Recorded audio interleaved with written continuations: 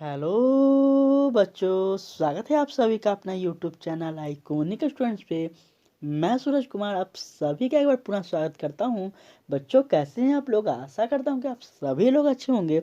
और जैसा कि आप सभी को पता है बच्चों कि आइकॉनिक स्टूडेंट्स का एक ही उद्देश्य है। अब हर बोर्ड एग्जाम पास करना होगा आसान, चाहे आप किसी भी बोर्ड एग्जाम का तैयारी कर रहे हो बच्चों। आप सीबीएसई से कर रहे हो, बिहार बोर्ड से कर रहे हो बच्चों, या फिर आप यूपी बोर्ड, झारखंड बोर्ड, किसी भी बोर्ड से कर रहे हो बच्चों, तो आपके लिए यह चैनल काफ़ी ज़्यादा इम्पोर्टेंट है। आप चाहे 10th का बोर्ड एग्ज़ाम देने वाले हो या फिर बच्चों आप 12th का एग्ज़ाम देने वाले हैं, तो बच्चों इस चैनल से आप बिल्कुल जुड़ जाएं, क्योंकि यहाँ पे सभी बच्चों को ध्यान में रखकर, सभी सिलेबस को ध्यान में रखकर, सभी भाषा को ध्यान में रखकर बच्चों यहाँ पे लेक्चर ली जाती है। और सबसे इम्पोर्टेंट बात बच्चों इस चैनल की कि यहाँ पे सभी तरह के बच्चों को ध्यान में रखकर लेक्चर तो ली जाती है, और साथ में आपको फ्री ऑफ कोर्स निःशुल्क बच्चों यहाँ पे नोट्स भी अवेलेबल करवाया जाता है, जो कि यूट्यूब पे पहली बार आपको ऐसा देखने को मिलेगा।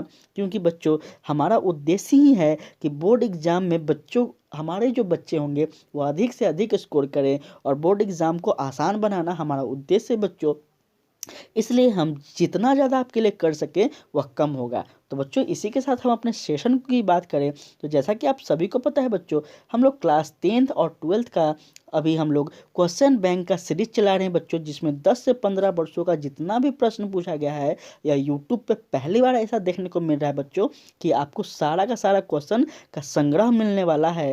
ठीक है बच्चों, तो इस सेशन से आप लोग बिल्कुल जुड़ जाएं बच्चों। और अभी तक आप लोगों ने सब्सक्राइब नहीं किया तो चैनल को सब्सक्राइब करें, और अपने फैमिली, फ्रेंड, दोस्त जो भी हैं उन सभी को इस सेशन से जोड़ दें। तो बच्चों हमारा जो पहला प्रश्न है वह है आज का, वह कह रहा है बच्चों, पहला प्रश्न हमारा कि आम के फल में खाने वाला भाग होता है कौन सा। तो बच्चों याद रखिएगा, जब हम आपको डेप्थ में जब बायोलॉजी पढ़ा रहे थे बच्चों, तो हम आपको बहुत ही बेहतरीन से पढ़ाए थे। क्या है ये, कौन सा चैप्टर का है बच्चों? जीवों में जनन। ठीक है बच्चों, जीवों में जनन का यह चैप्टर का यह ऑब्जेक्टिव है, जिसमें कह रहा है प्रश्न कि आम के फल में खाने वाला भाग होता है कौन सा होता है बच्चों। तो याद रखिएगा आपका ऑप्शन नंबर क्या हो जाएगा? बी, अर्थात मध्य फल जो होती है बच्चों, मध्य फल भीति, वो जो होता है यह क्या होता है? खाने योग्य होता है। ठीक है बच्चे, तो याद रखिएगा। देखिए हम यहाँ पे चैप्टर का नाम इसलिए लिख रहे हैं बच्चों,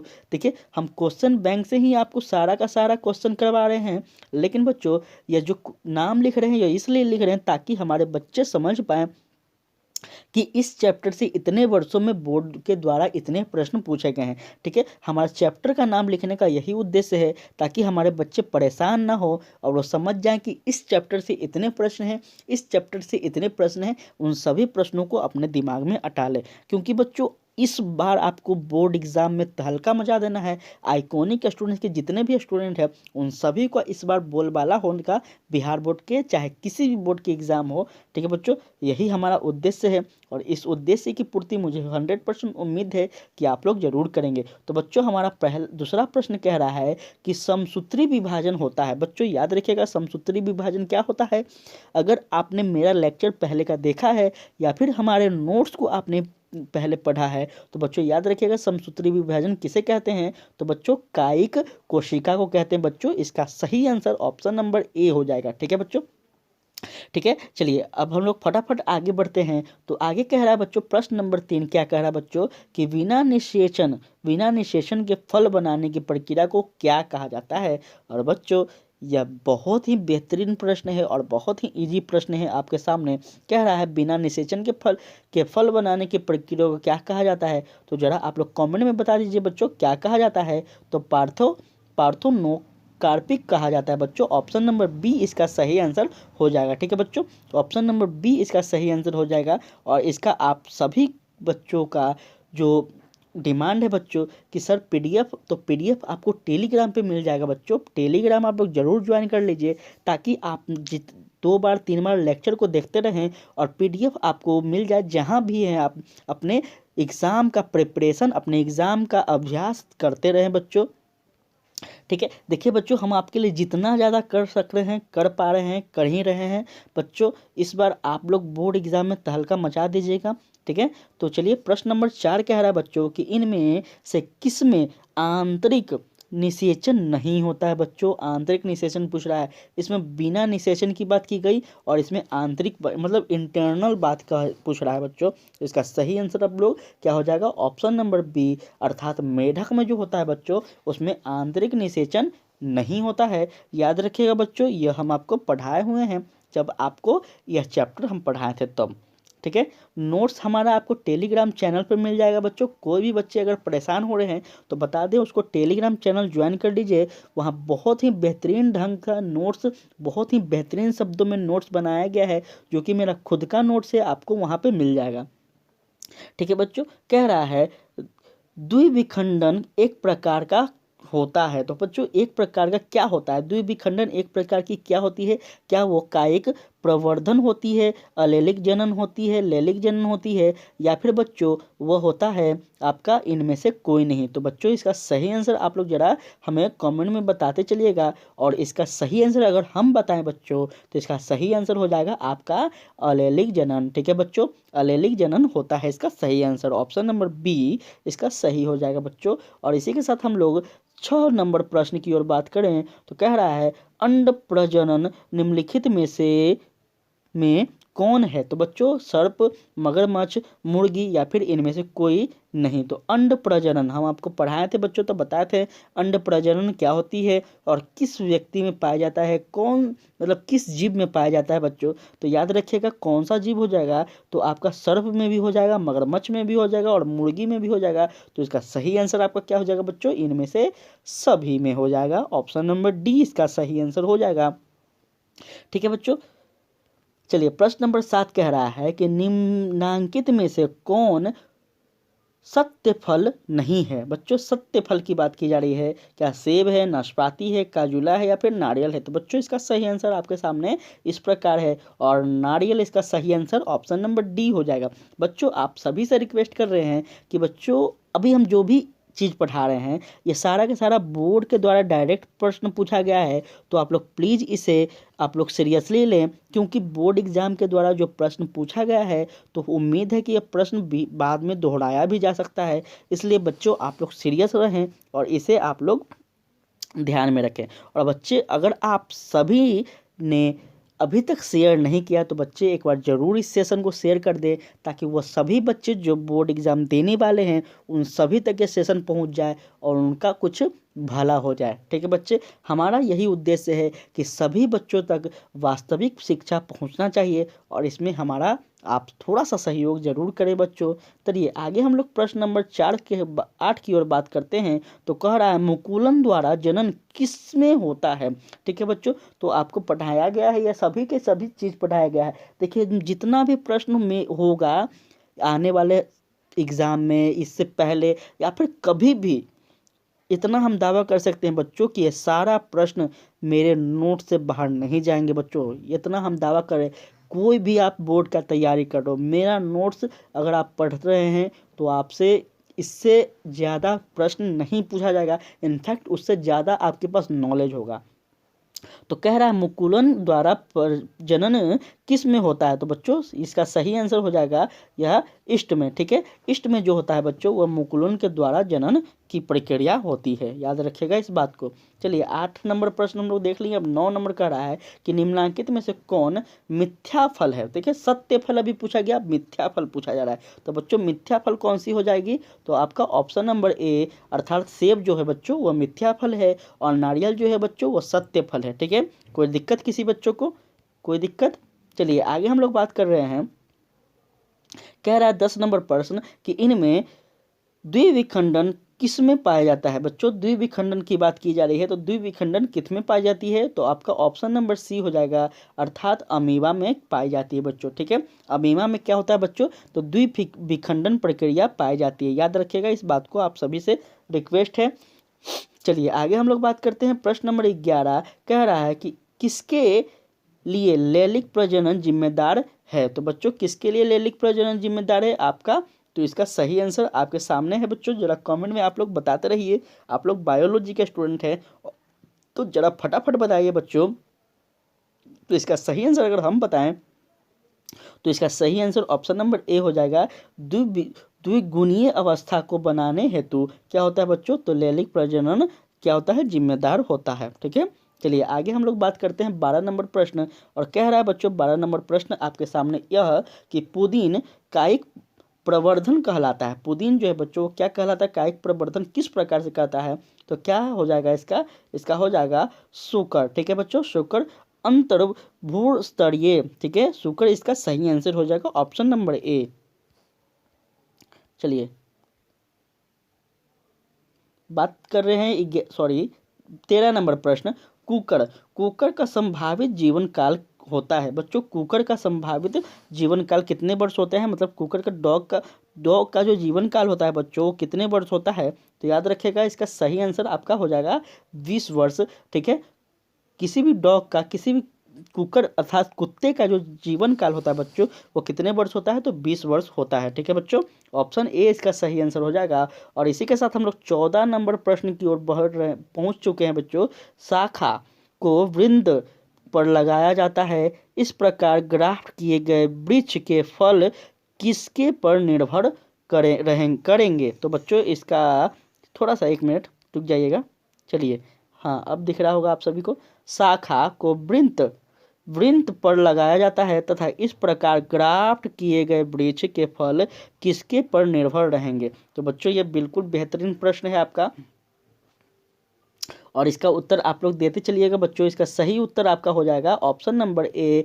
ठीक है, क्या हो जाएगा, ऑप्शन नंबर ए अर्थात शाखा। ठीक है बच्चों, शाखा इसका सही आंसर हो जाएगा। ब्रांच जिसे कहते हैं, सेक्शन जिसे कहते हैं। ठीक है, इसका सही आंसर हो जाएगा। चलिए आगे हम लोग बात करते हैं, प्रश्न नंबर 15 की ओर पहुंच चुके हैं। और बच्चों आप लोग जरा कमेंट में बताइएगा कि आपने इस इतने प्रश्नों में से आप कितना सही किए हैं।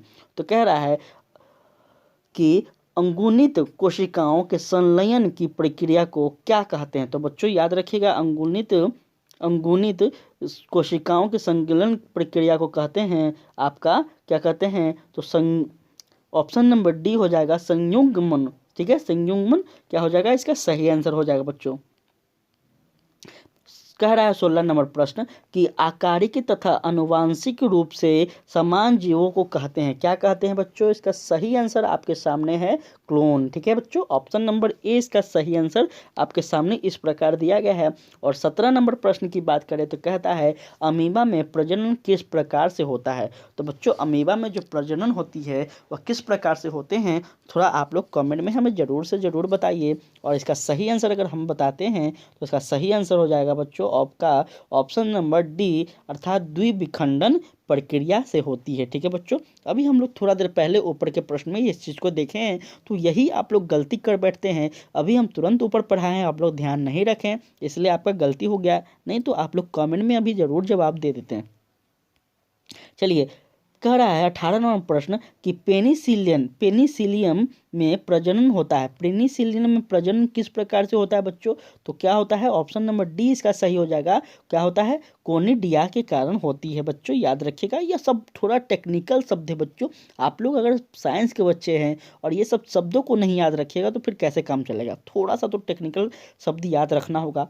कह रहा है 19 नंबर प्रश्न कि मानसिक चक्र किसमें होता है। तो बच्चों मानसिक चक्र आपको पता होना चाहिए किसमें होते हैं। तो क्या बंदर में होते हैं, क्या फिर आपका कृषि में होती है, मानव में होती है, कपि में होती है, मानव में होती है, या फिर सभी में होती है। तो बच्चों आप सभी को यहाँ पे ऑप्शन लगा सकते हैं।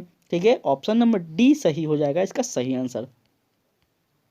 प्रश्न नंबर 20 कह रहा है कि निम्नलिखित में से किसमें ऑस्ट्रप साइकिल, ठीक है, क्या हो रहा है, मेंस्ट्रुअल साइकिल नहीं होता है। तो यहाँ पे मेंस्ट्रुअल की जगह पे ऑस्ट्रप साइकिल पूछा गया है आपसे। तो याद रखिएगा बच्चों, इसका सही आंसर आपका हो जाएगा बंदर की। ठीक है, ऑप्शन नंबर सी इसका सही आंसर हो जाएगा। और इसी के साथ हम लोग नेक्स्ट चैप्टर में पहुँच रहे हैं जिसका नाम है आपका पुष्पीय पादपों में लैलिक जनन। यह आपका नेक्स्ट चैप्टर है बच्चों। और आप लोग बताइएगा कि उस चैप्टर में आपने कितने प्रश्नों को, 20 प्रश्न हम लोग उसमें देखे हैं जो कि डायरेक्ट बोर्ड के द्वारा पूछे गए सभी प्रश्न हैं बच्चों। तो ये सभी प्रश्नों को आपसे उम्मीद करते हैं कि आप बिल्कुल स्कोर रट जाएंगे ताकि आपसे एक भी प्रश्न गलत ना हो। चलिए बच्चों आगे हम लोग कह रहे हैं प्रश्न नंबर पहला कि अनुमूल्यन पुष्प निश्चित रूप से होती है। तो क्या होते हैं बच्चों, अनुमूल्यन पुष्प निश्चित रूप से होती है आपका क्या होता है, तो स्वपरागित होती है। ठीक है, स्वपरागित इसका सही आंसर हो जाएगा बच्चों, याद रखिएगा। ठीक है, चलिए आगे हम लोग बात करते हैं बच्चों। कह रहा है एंट्रोमोफिलस पुष्पों में परागत का माध्यम होता है। ठीक है, परागन का माध्यम होता है बच्चों। क्या होता है परागन का माध्यम? तो ऑप्शन नंबर बी हो जाएगा, मतलब कीट। ठीक है, एंट्रोमोफिल्स पुष्प में परागन का माध्यम क्या होता है? तो कीट होता है बच्चों, याद रखिएगा, कीट होता है। ठीक है, देखिए बच्चों, हम जो भी पढ़ा रहे हैं ये सभी के सभी जो प्रश्न है बोर्ड के द्वारा पूछा गया प्रश्न है, हम बार बार बोल रहे हैं। तो बच्चों, जो भी बोर्ड के द्वारा पूछा गया प्रश्न है, और उम्मीद है कि जो पूछा गया प्रश्न है तो आगे भी यह पूछने की बिल्कुल संभावना है। देखिए, हम आपको मॉडल पेपर या फिर गेस पेपर क्यों नहीं पढ़ा रहे हैं? क्योंकि ये सब गेस किया गया पेज है बच्चे, इसमें आने की संभावना भी है और ना भी है। लेकिन जो यह हम क्वेश्चन बैंक आपको पढ़ा रहे हैं, ये तो भाई बोर्ड के द्वारा पूछा गया चीज़ है। तो इससे एक आपको आइडिया भी होगा, एक समझ होगा कि बोर्ड कैसा प्रश्न पूछता है। और दूसरा चीज़ होगा कि इतना 10 से 15 वर्षों का अगर हम किसी भी चीज़ को रिवाइज कर लें, तो क्या आपको लगता है कि यहाँ से हमारा प्रश्न नहीं लड़ेगा? 100% लड़ेगा। इसलिए हम आपको कर रहे हैं, और इसका आप प्रभाव कब देखेंगे बच्चों? जब आप एग्जाम में बैठेंगे तब देखेंगे। ठीक है, इसके बाद तीसरा नंबर प्रश्न कह रहा है कि नारियल में तरल एवं गुद्देदार पदार्थ होती है। तो क्या होते हैं बच्चों? नारियल में तरल एवं गुद्देदार पदार्थ होता है, क्या होता है? तो इसका सही आंसर आपका हो जाएगा बच्चों, इसका सही आंसर आपका क्या हो जाएगा? इसका सही आंसर थोड़ा हमें कमेंट में आप लोग बताते चलिए। इसका सही आंसर हो जाएगा आपका, क्या हो जाएगा? भ्रूण पोषण हो जाएगा इसका सही आंसर। ऑप्शन नंबर सी इसका सही आंसर हो जाएगा बच्चों। चलिए आगे हम लोग बात करते हैं। प्रश्न नंबर 4, मनुष्य की प्राथमिक शुक्राणु कोशिकाएं में ऑटोसोम की संख्या होती है, ऑटोसोम की संख्या होती है। ठीक है, कितने होते हैं बच्चों? तो इसका सही आंसर हो जाएगा आपको 44। ठीक है, 44 हम आपको पढ़ाए हैं और आप सभी को पता होगा। ठीक है, क्रोमोसोम की कुल संख्या कितनी होती है? तो 44, 23 की जोड़ा होती है बच्चों, 23 की जोड़ा होती है।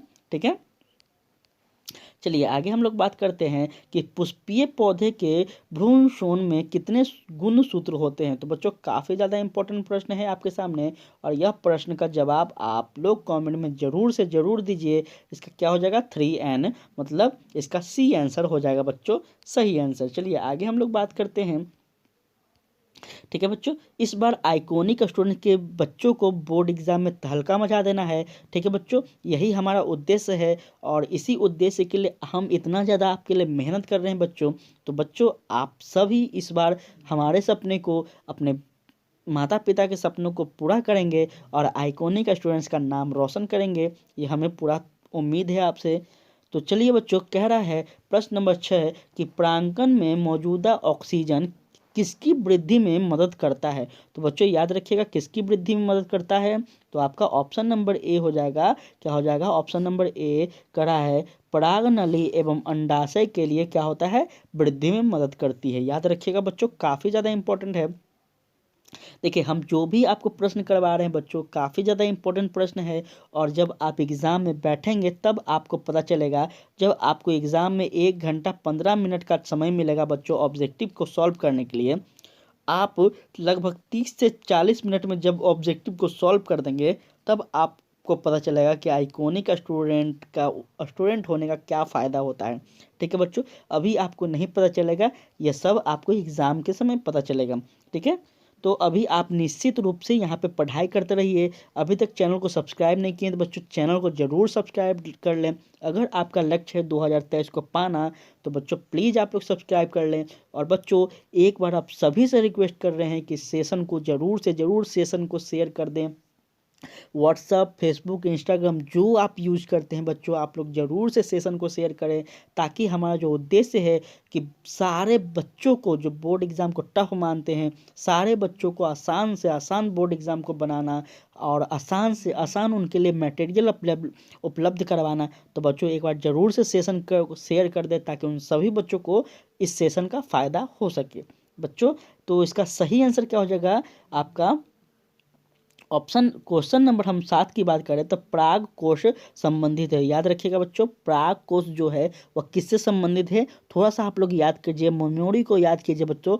पराग कोश हम पढ़ाए थे, तो पराग कोश किससे संबंधित है, तो आपका ऑप्शन हो जाएगा बच्चों पुष्प कलिका के खुलने से। ठीक है, जब पुष्प जी खुलती है बच्चों, ठीक है, तो उसका क्या होता है, पराग कोश क्या होता है, पराग कोश का निर्माण होता है बच्चों, याद रखिएगा इसे। चलिए आगे हम लोग प्रश्न 8 देख रहे हैं कि परागन का परागकोश से निर्माण एवं विभेद को कहते हैं। क्या कहते हैं बच्चों, परागन का परागकोश के निर्माण एवं विभेदन को कहा जाता है। क्या कहा जाता है बच्चों, तो याद रखिएगा बच्चों, इसका सही आंसर आपके सामने क्या हो जाएगा, इसका सही आंसर हो जाएगा आपका ऑप्शन नंबर बी, अर्थात क्या हो जाएगा बच्चों, तो माइक्रोस्कोप स्कोपोरोजेनिसिस। ठीक है बच्चों, थोड़ा सा टफ है, लेकिन आप लोग इसको तो याद करना होगा बच्चों। जब आप साइंस के बच्चे हैं तो थोड़ा सा आपको तो इंग्लिश पढ़ना होगा बच्चे। ठीक है, चलिए आगे हम लोग बात कर रहे हैं प्रश्न नंबर 9 की ओर तो पहुंच गए हैं। कह रहा है किसी डिस्कस परागकोश में होती है, डिस्कस परागकोश में होती है, दिथकस परागकोश में होता है बच्चों, क्या होता है, तो आपका ऑप्शन नंबर ए हो जाएगा। ठीक है, 4 माइक्रोस्कोर्निगा। ठीक है, इसका सही आंसर हो जाएगा। और कह रहा है प्रश्न नंबर 10, किसमें परागकोण में अर्धसूत्री विभाजन होता है, तो बच्चों याद रखिएगा किसमें होता है, तो स्पोर मातृ कोशिका में होती है। स्पोर मातृ कोशिका में क्या होती है, तो अर्धसूत्री विभाजन होती है बच्चों, याद रखिएगा। ये सभी के सभी प्रश्न आपको बोर्ड के द्वारा पूछे गए प्रश्न है बच्चे, तो आप लोग सीरियसली इसको रहिएगा, थोड़ा सा आपके लिए फायदेमंद होगा। किसमें परागकण का निर्माण होता है, देखिए सारा दम मतलब बहुत ही इंपॉर्टेंट है बच्चों, बहुत ज़्यादा, मतलब कह सकते हैं यह जो बैच चल रहा है आरंभ है प्रचंड के नाम से, ये आपके लिए गोल्डन है, गोल्डन। अगर आप इस बैच को अगर मतलब 1 महीना 10 दिन का सारा बैच को अगर आप समझ जाते हैं, अपने माइंड में रख लेते हैं, तो 100% विश्वास कीजिए बच्चों, आपका जो 50 मार्क्स का जो ऑब्जेक्टिव होगा वो आपके पॉकेट में होगा। ठीक है बच्चों, ये आपको कोई भी नहीं छीन सकता इसको आपसे।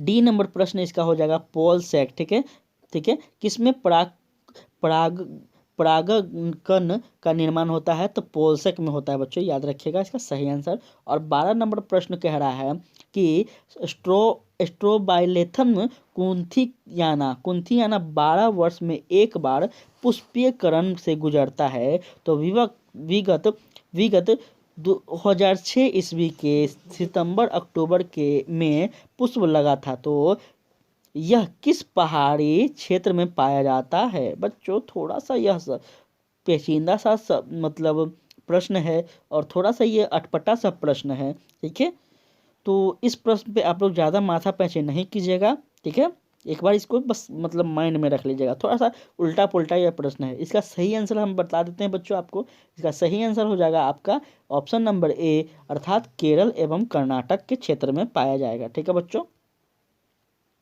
यह प्रश्न कभी कभी ऐसा प्रश्न देखने को मिलता है, अधिकतर नहीं मिलेगा, ये आपके आउट ऑफ सिलेबस के अकॉर्डिंग लग रहा है मुझे। चलिए, कह रहा है एंट्रोस्पर्म द्वारा किसे पोषण दिया जाता है, तो बच्चों याद रखिएगा एंट्रोस्पर्म द्वारा जो पोषण दिया जाता है वो किसे दिया जाता है, तो आपका ऑप्शन नंबर डी हो जाएगा, किसे, भ्रूण को। ठीक है बच्चों, भ्रूण को हो जाएगा इसका सही आंसर। चलिए आगे कह रहा है कि आवृत्त बीजी में निषेचन होता है, आवृत्त बीजी में निषेचन होता है, कैसे होता है बच्चों, तो आपका ऑप्शन नंबर हो जाएगा बी, अर्थात भ्रूण कोश में होता है बच्चों, भ्रूण कोश में। ठीक है, चलिए कह रहा है 15 नंबर प्रश्न कि निषेचन के बाद बीज के बीच आवरण किसे बनता है। ठीक है, बीज के जो बीच में है वो आवरण किससे बनता है, तो बच्चों याद रखिएगा किससे बनता है, तो आपको हो जाएगा option number A, sorry option number B, क्या हो जाएगा बच्चों, इंटेगमेंट के कारण क्या होता है, बनता है। ठीक है बच्चों,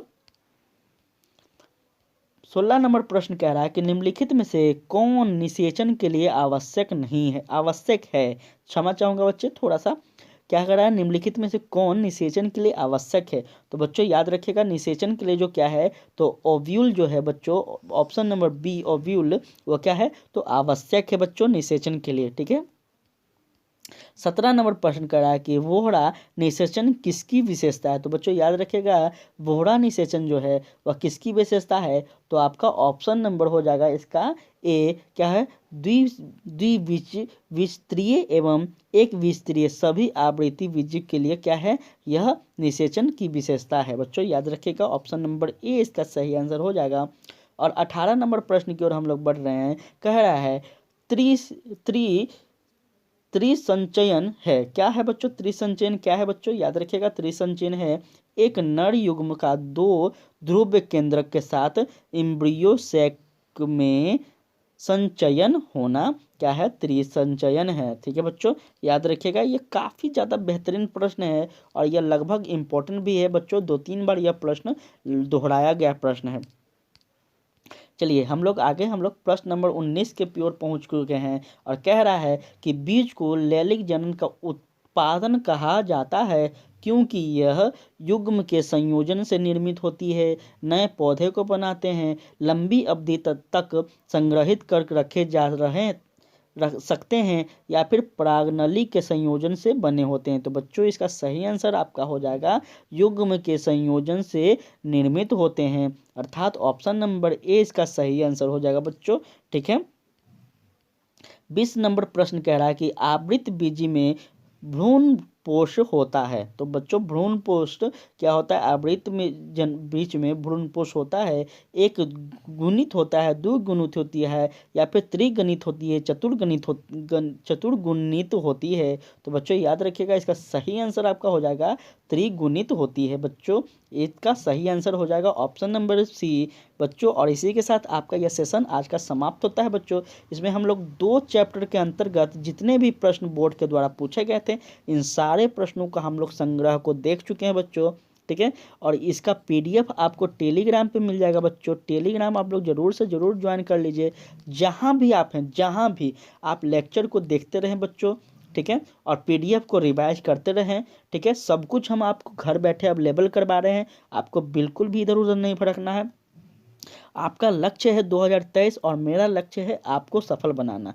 ठीक है बच्चों, तो आप इस चैनल से जुड़ जाइए। अभी तक चैनल को सब्सक्राइब नहीं किए तो बच्चों चैनल को जरूर सब्सक्राइब कर लें।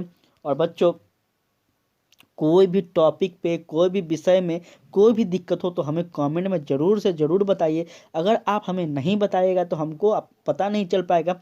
ठीक है बच्चों, तो प्लीज़ आप लोग कमेंट में बताइए। कोई भी सब्जेक्ट आपका वीक है, कोई भी टॉपिक में कन्फ्यूजन है, तो अभी काफ़ी टाइम है बच्चों एग्ज़ाम का, आप हमें ज़रूर से बताएं। ठीक है, कमेंट में। और बच्चों चैनल पे सब्सक्राइब कर लें, लाइक कर दें और प्लीज़ बच्चों आप लोग चैनल को शेयर ज़रूर करें। व्हाट्सअप, फेसबुक, इंस्टाग्राम जो यूज़ कर रहे हैं बच्चों शेयर करें, ताकि अधिक से अधिक बच्चे हमारे चैनल पर आएँ और हमें भी लगे कि हमारे बच्चे हमें पसंद कर रहे हैं, तो हम भी आपके लिए बेहतर से बेहतर चीज़ों को, बेहतर से बेहतर ट्रिक को आपके सामने रखने का प्रयास करेंगे बच्चों। तो आज के सेशन में इतना ही, मिलते हैं कल नए सेशन में नए प्रश्नों के साथ। तब तक के लिए जय हिंद, जय भारत।